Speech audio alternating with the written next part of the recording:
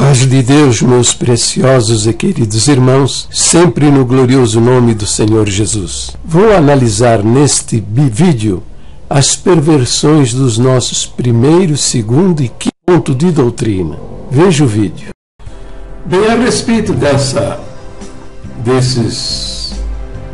adulterações que vocês estão vendo aí, agora no Inário número 5,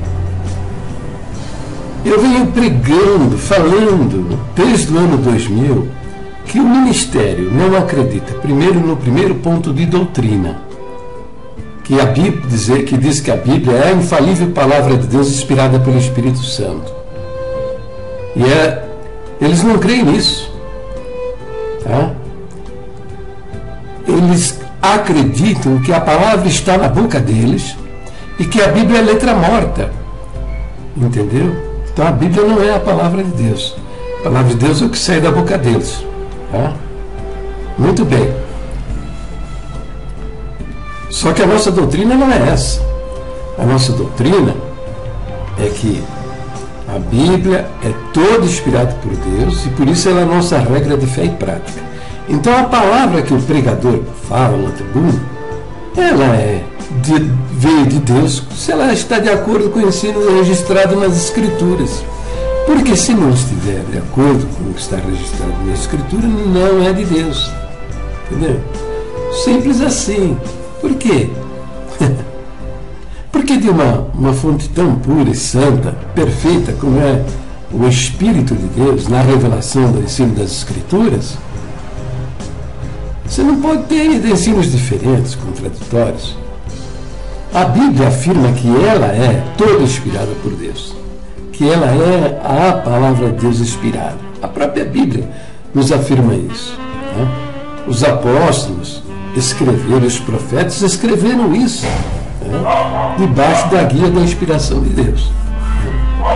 Então, estes homens perverteram o ensino das Escrituras. Eles não creem na Bíblia como infalível palavra de Deus. Desde o ano 2000 eu venho dizendo isso. Agora, com o Inário número 5, né? O Inário número 5 ficou provado. Né? Eles mudaram o Estatuto em 1995 e eu descobri isso no ano 2000 e venho batendo, ensinando isso aí. Tá certo? Agora está aí registrado para quem quiser ver. Tá? Que acrescentar a palavra contendo no nosso Inário, para conhecimento público. Então, presta atenção agora. Dessa maneira, eles entraram num buraco que não tem saída. Porque, veja bem, se na Bíblia tem partes que são inspiradas por Deus e outras partes é do homem, pode ser que você acredite em alguma coisa porque você está lendo na Escritura, você está acreditando, mas que não tenha, isso não foi inspirado por Deus e você está acreditando em bobagens, né? Porque ela é a nossa única e perfeita guia de fé e conduta. Guia de fé é aquilo que a Bíblia ensina, nós devemos acreditar. Também tem outra coisa também, precisamos dizer onde tem inspiração divina e onde não tem. Por quê? Pode ser que você esteja praticando alguma coisa, fazendo alguma coisa, porque você viu escrito na Bíblia, mas aquilo não é da inspiração divina, não é de Deus, é do homem. E você está elaborando um erro. Entendeu? Agora, na verdade, esses vigaristas religiosos, falsos profetas, eles não podem fazer as mudanças de acordo com o que está na cabeça deles. Né? Porque se fosse fazer um ponto de doutrina a respeito da Bíblia de acordo com a cabeça deles, eles diriam, a Bíblia, nós cremos que a palavra de Deus está na nossa boca. E a Bíblia é apenas um livro como outro qualquer. Entendeu? É isso que eles deveriam fazer, porque é isso que está na cabeça deles. Bom, mas eu venho explicando isso desde o ano 2000, que os caras perverteram o primeiro ponto de doutrina, que eles não creem na Bíblia como infalível palavra de Deus. Infelizmente, o ministério de Jandira está indo no mesmo rumo. Eles não têm um posicionamento a respeito disso. Não tem um posicionamento a respeito disso, quando esse ensino deve ser rejeitado. Deve ser rejeitado. Porque é falso e mentiroso. Desde o ano 2000 também eu digo que eles não creem na divindade de Jesus Cristo. Entendeu? Há todo um esforço de negar a divindade de Jesus Cristo. Tá certo? Que é uma coisa muito clara na Bíblia, nas Escrituras. Eu já tenho feito vídeos a respeito, explicando isso. E também tenho escrito muito a respeito disso. Que Jesus é Deus. É o Verbo encarnado. Mas eles, eu venho dizendo isso, eles negam, perverteram, eles não creem no segundo ponto de doutrina. Agora a prova está aí, está lá no Inário. Está lá no Inário número 5. Você pega o Inário número 4, você pega o Inário número 4 e você pega o Inário número 5, você veja a diferença. No Inário número 4 está escrito que Jesus Cristo é a palavra feita carne, né? E que é isso. E que nele há duas naturezas, a natureza divina e a natureza humana. E por isso ele é verdadeiro Deus e verdadeiro homem. É isso. Mas eles não creem nesse ponto de doutrina. Então, adulteraram o segundo ponto de doutrina. O que eles fizeram? Eles fizeram: nós cremos que há um só Deus vivente e verdadeiro, eterno e infinito poder, criador de todas as coisas, em cuja unidade há três pessoas distintas, o Pai, o Filho e o Espírito Santo. Então, em cuja unidade há três pessoas distintas. Esse A é do verbo haver. O verbo haver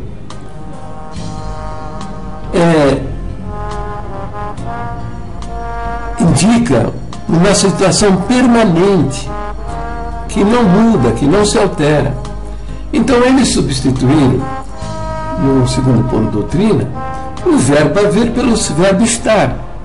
O verbo estar aponta, indica uma situação transitória, uma situação que muda. Então, por quê? Veja bem, hoje eu estou doente, mas amanhã eu posso estar curado. Hoje você está trabalhando, mas amanhã, se você for mandado embora da firma onde você trabalha, você está desempregado. Então foi isso que eles fizeram. Também retirar a palavra distintas. Em cuja unidade há três pessoas distintas. Retirar a palavra distintas. Ficou apenas que nele estão três pessoas. Para por aí. Esse é um esforço de negar a divindade de Jesus Cristo.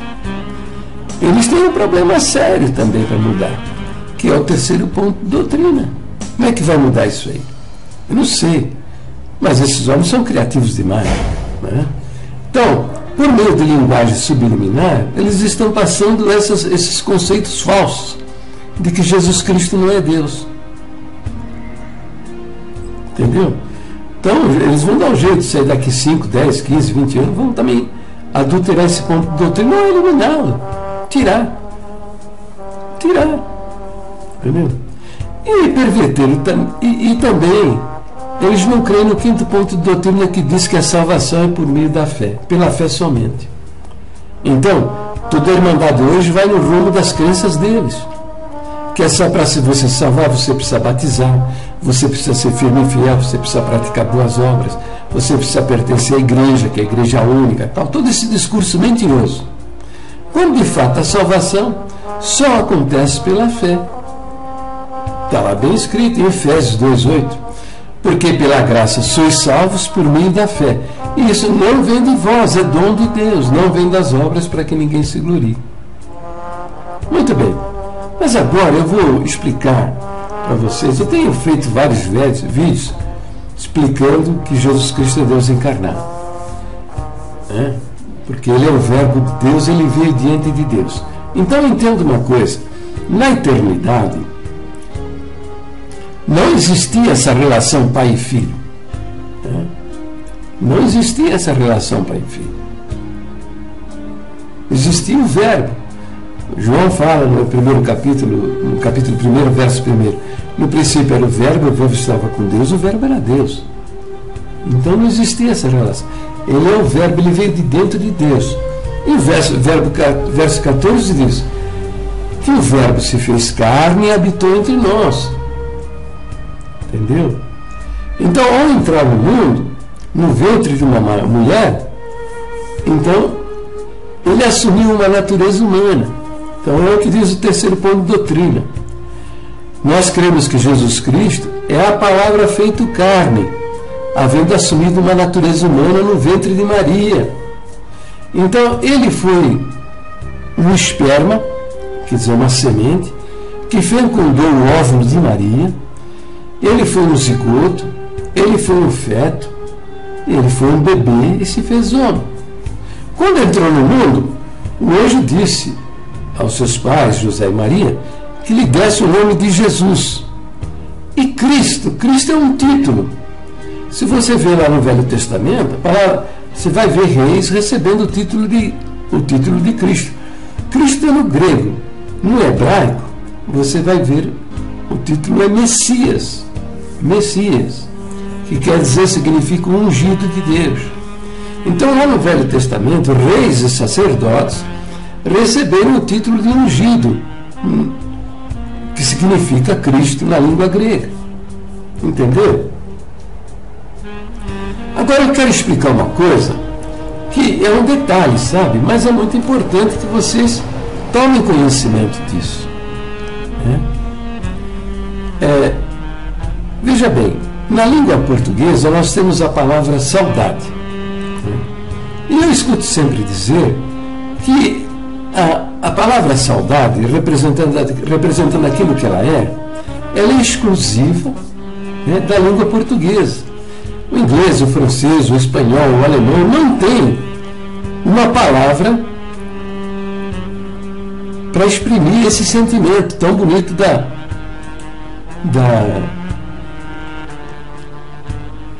das emoções humanas, que é a palavra, que é a saudade, a palavra saudade.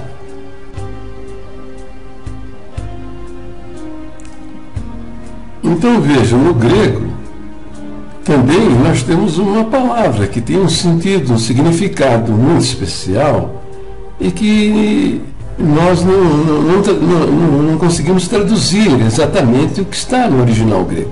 Né? E a palavra é a palavra forma.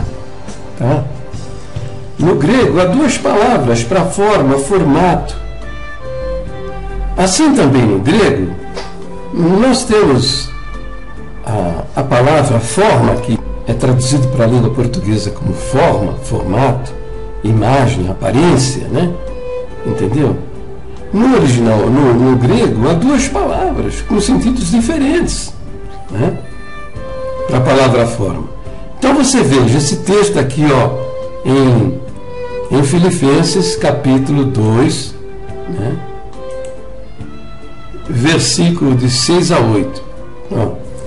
Que sendo em forma de Deus, não teve por usurpação ser igual a Deus, mas esvaziou-se a si mesmo, tomando a forma de servo, fazendo-se semelhante aos homens. E achado na forma de homem, humilhou-se a si mesmo, sendo obediente até a morte e morte de cruz. Então veja, nesse texto você encontra a palavra forma aqui, a palavra forma no verso 6, no verso 7 e no verso 8. No verso 6 ele diz assim, que sendo em forma de Deus, né? No verso 7 diz assim, tomando a forma de servo, e no verso 8 diz, achado na forma de homem. Então veja, a palavra forma, formato, imagem, aparência, não é isso? Para nós aqui.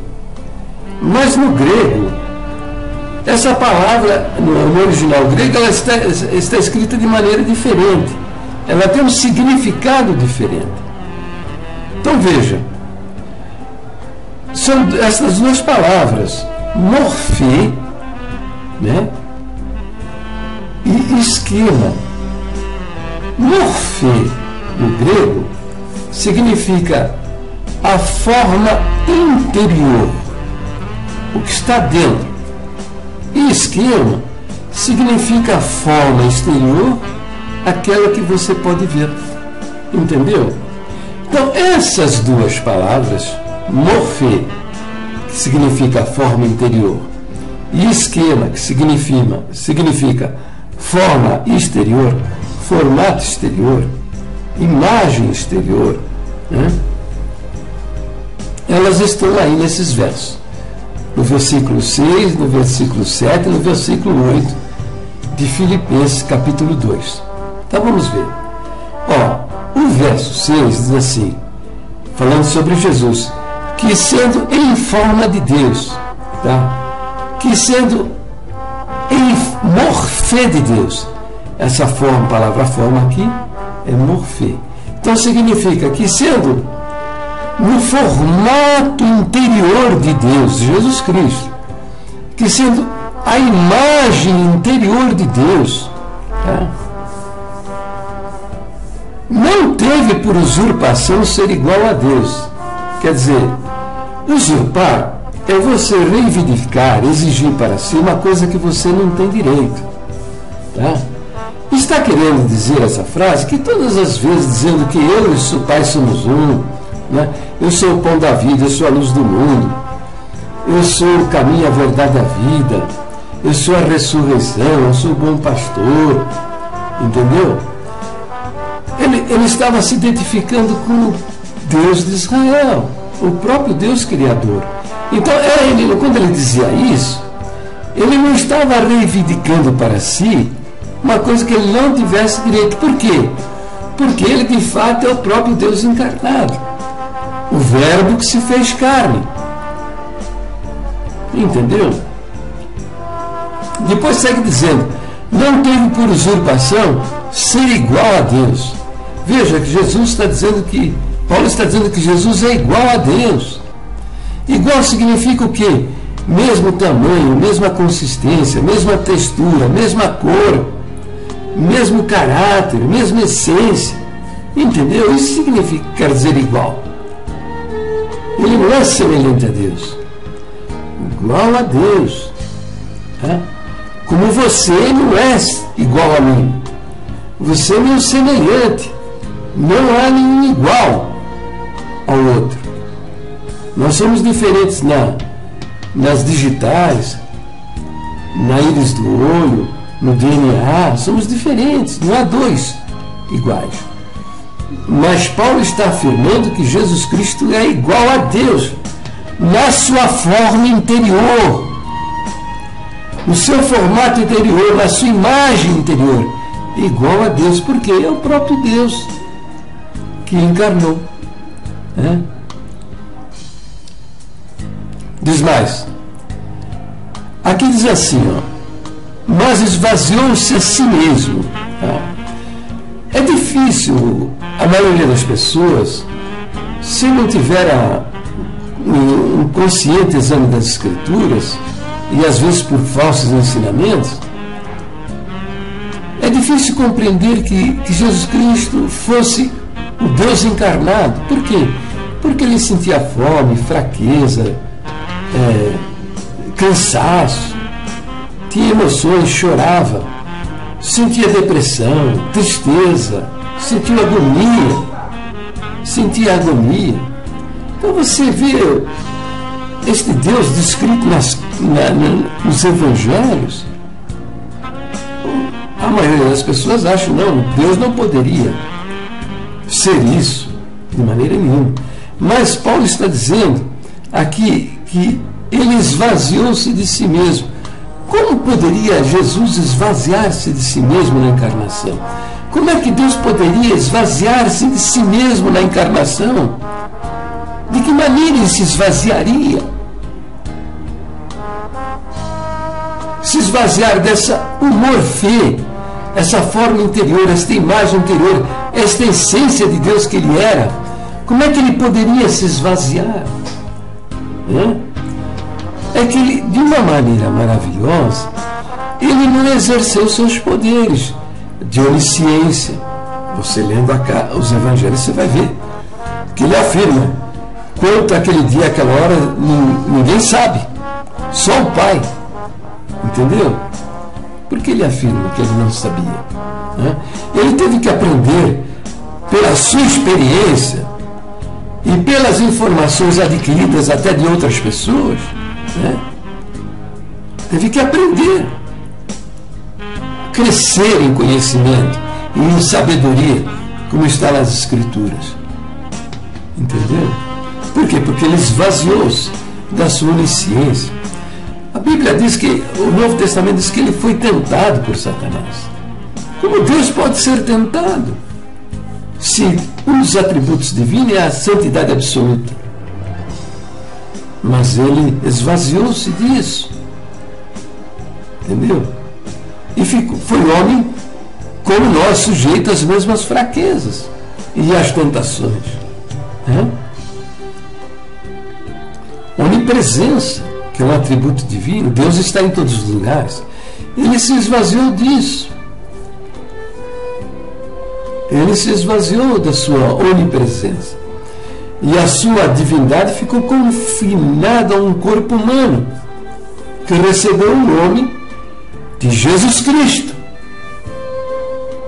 Entende? Onipotência. Deus é onipotente, é um atributo divino. Jesus Cristo, na leitura do Novo Testamento, você vê, ele não era onipotente. Fizeram de tudo com ele, bateram, cuspiram, pregaram na cruz. Ele não era onipotente. Ele viveu na dependência do Espírito Santo. Leia lá no capítulo 4 de São Mateus que o Espírito de Deus o levou para ser tentado no deserto. Por 40 dias teve fome, sede, aflição, e aí foi tentado. Então, por que isso? Por que isso? Bom, primeiro, precisávamos de um Salvador, alguém que nos justificasse diante de Deus, para ser o autor da nossa salvação. E para isso ele precisava ser igual a nós, semelhante a nós e igual a nós.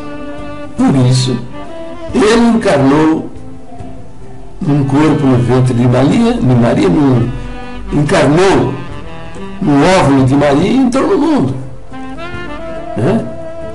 Mas para poder realizar a obra da salvação, ele precisou esvaziar-se de si mesmo. E nos desafia a segui-lo, e nos desafia a viver a vida como ele viveu, na dependência do Espírito Santo. Agora, eu não posso imitar, seguir uma pessoa que é onipotente, onipresente, onisciente, santidade absoluta. Eu não posso. Seria uma loucura ele me desafiar com isso, desta maneira. Ele me desafia a segui-lo. Eu não posso seguir uma pessoa que é onipotente, onipresente, onisciente, santidade absoluta. Seria um absurdo ele fazer esse desafio, me desafiar a segui-lo. Vinde após mim, eu vos farei pescadores de homens. Paulo recomenda para sermos imitadores de Cristo. Sede meus imitadores como eu sou de Cristo. Por isso, ele precisou esvaziar-se de si mesmo. Aí depois segue dizendo, tomando a forma de servo. Novamente aqui encontramos a palavra forma.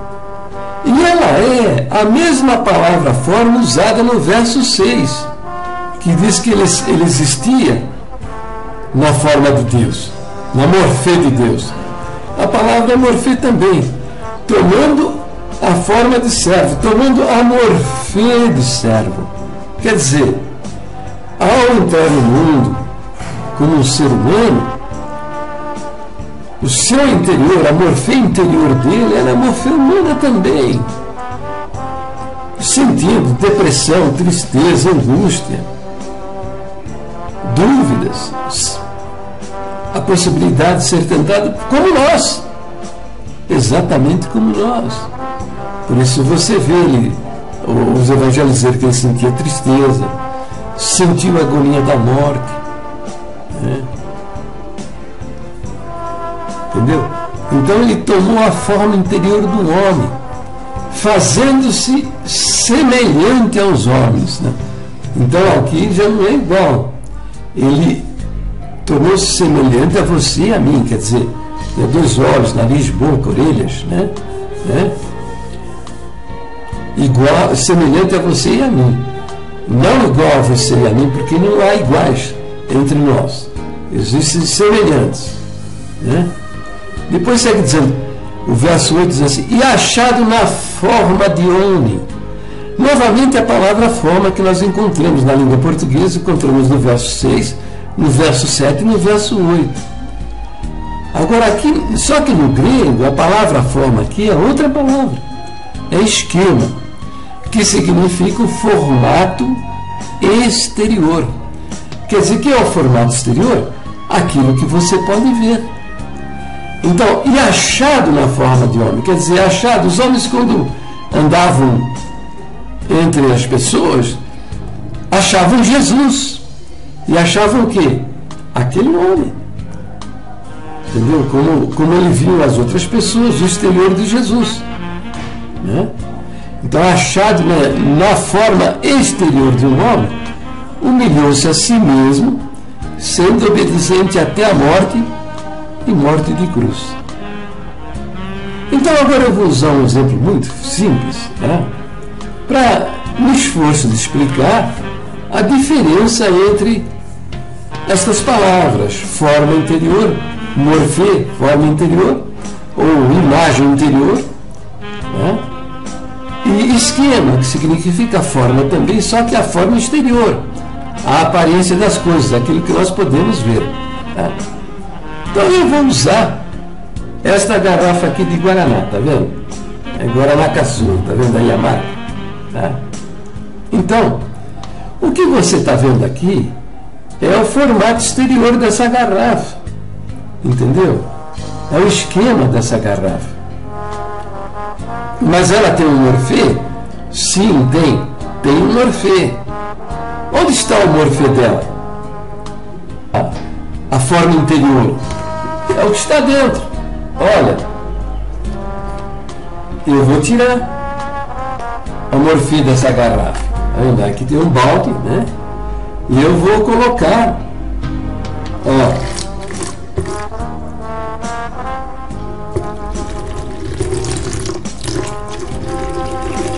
estou colocando no balde a essência da garrafa, o conteúdo dela, a morfê dessa garrafa. Está entendendo? Então você tem um esquema, que é isso aqui, você pode ver. Né? E o morfê? O morfê está aqui? Não está mais, ó. Eu tirei. Está vendo? Eu tirei de dentro da garrafa e joguei dentro do balde. O morfê dessa garrafa. Então, essa é a diferença para você compreender. Morfê, esquema é aquilo que você pode ver. As pessoas olhavam para Jesus e viam ele um homem como os outros homens. Mas dentro dele tinha a morfê do homem.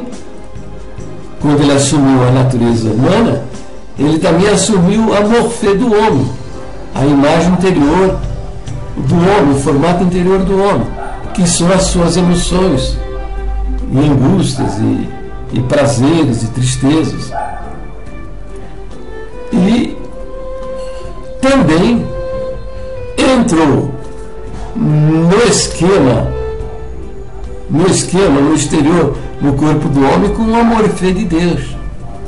Por isso a nossa doutrina diz que nele havia duas naturezas. A natureza humana e a natureza divina, sendo, portanto, verdadeiro Deus e verdadeiro homem. Agora eu quero que você reflita uma coisa comigo. Você tem um morfê também? Você tem um formato interior? Você tem uma imagem interior? Tem, lógico que tem. É sua alma e seu espírito, não é verdade? Ou para alguns é o seu espírito, entende? Esse é o seu morfê, entendeu? E o seu esquema, qual é? Olha, o meu esquema é esse que você está vendo, ao olhar para mim neste vídeo, está vendo? Tá? É aquilo que você pode ver. Agora reflita comigo. Se fizeram com você o que eu fiz com essa garrafa, pronto. Se eu fizerem com vocês o que eu fiz com essa garrafa, né, e que tirei todo o morfê dela, o interior dela, a essência dela, o que acontece com você? Hein? Explica para mim. Sabe o que acontece com você? Você vai morrer. Entendeu? Quando tira o seu morfê, o seu esquema vai para a sepultura, vai para o buraco.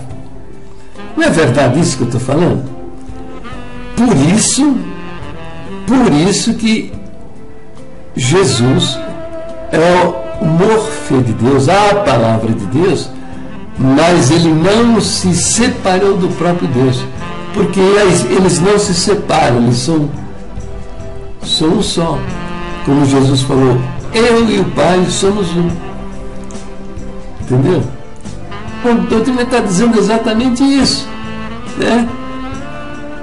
Que Jesus Cristo, nós cremos que Jesus Cristo, Filho de Deus, é a palavra feito carne. Quer dizer, como diz lá no capítulo 1, verso 1 de João, no princípio era o Verbo estava com Deus, o Verbo era Deus. Aí o verso 14 diz, e o Verbo se fez carne e habitou entre nós. Entendeu? O Verbo se fez carne. Então veja, diz assim também, havendo assumido uma natureza humana no ventre de Maria Virgem, cumprindo-se a profecia lá em Isaías, que disse, né? Isto vos será por sinal, eis que a Virgem conceberá e dará luz a um filho, e o seu nome será Emanuel. São Mateus repete essa profecia dizendo que Emanuel, explicando que Emanuel significa, é um nome hebraico, uma palavra hebraica que significa Deus conosco. Deus conosco. E depois segue a doutrina dizendo, possuindo ele, por conseguinte, duas naturezas. A natureza divina, não é? E a natureza humana. Mas que natureza divina é essa? É o morfê de Deus, é o interior, a essência de Deus. E a humana, que é a essência do homem, num corpo humano. Por isso, diz lá a doutrina, é chamado verdadeiro Deus e verdadeiro homem. Então veja a loucura destes homens, negando a divindade de Jesus Cristo. Por isso você não vê com facilidade o nome de Jesus mencionado nos cultos da congregação. Você ouve Deus para cá, Deus para lá, Deus fez, Deus tirou, Deus trouxe, entendeu? Mas você não ouve o nome do Senhor Jesus, exceto aquilo que é da tradição. Está lá uma placa em nome do Senhor Jesus, as orações são abertas no nome do Senhor Jesus, né? Alguns falam só em nome de Jesus, né? O culto é aberto em nome do Senhor Jesus, mas isso faz parte da tradição. E essas coisas que são da tradição, é difícil mexer. Vocês estão vendo aí um reboliço quando foi removida essa placa aqui, ó. Tá vendo essa placa aí? Né?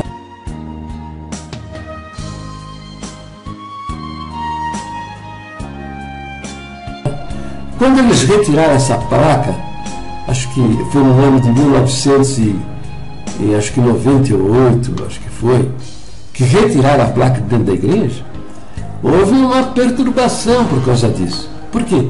Porque faz parte da nossa tradição. Mas eles estão indo devagar. Essas adulterações do primeiro ponto de doutrina, do segundo ponto de doutrina, eles não creem nisso já há 50 anos. Mas eles vêm plantando isso nos cultos por meio de linguagem subliminar, até que toda a irmandade esteja mentalmente preparada para eles cometer esse crime. Entendeu? Mas, de fato, presta atenção.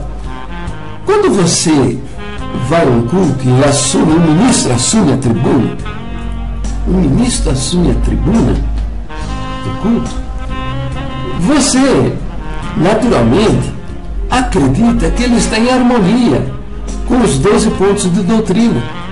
Você acredita. Isso é natural. Você nem questiona isso. Na sua cabeça, ele é um homem que se harmonizou com as doutrinas da igreja. Mas, de fato, não é assim. Ele não crê em nada disso. Não crê em nada disso. Então, quem são estes homens? Quem são estes homens? São impostores. Isso diante da irmandade. Porque eles não creem nas doutrinas da igreja, são impostores. E a condenação para homens impostores é triste na Bíblia, viu? A palavra de Deus diz que os homens perversos e impostores irão de mal a pior, enganando e sendo enganado. Entendeu? Agora, como as nossas doutrinas, esses 12 pontos de doutrina, são crenças ortodoxas, o que eu quero dizer com ortodoxas? São crenças acreditadas pelo cristianismo ao longo dos séculos. Entendeu?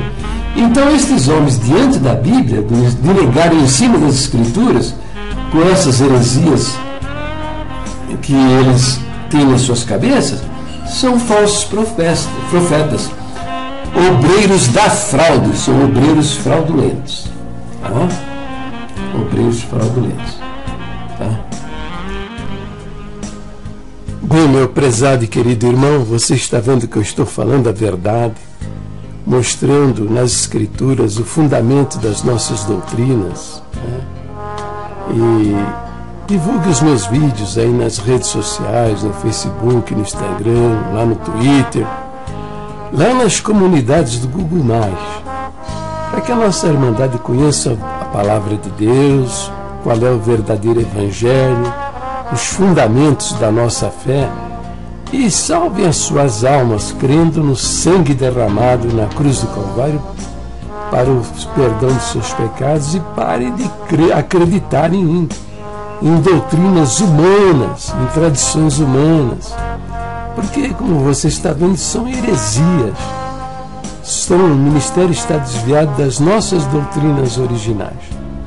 Também não se esqueça, dê um like aí no vídeo e se inscreva no meu canal do YouTube. Deus abençoe a todos e fiquem na paz gloriosa do nosso Deus, sempre no precioso nome do Senhor Jesus, autor e consumador da nossa fé. Deus abençoe a todos.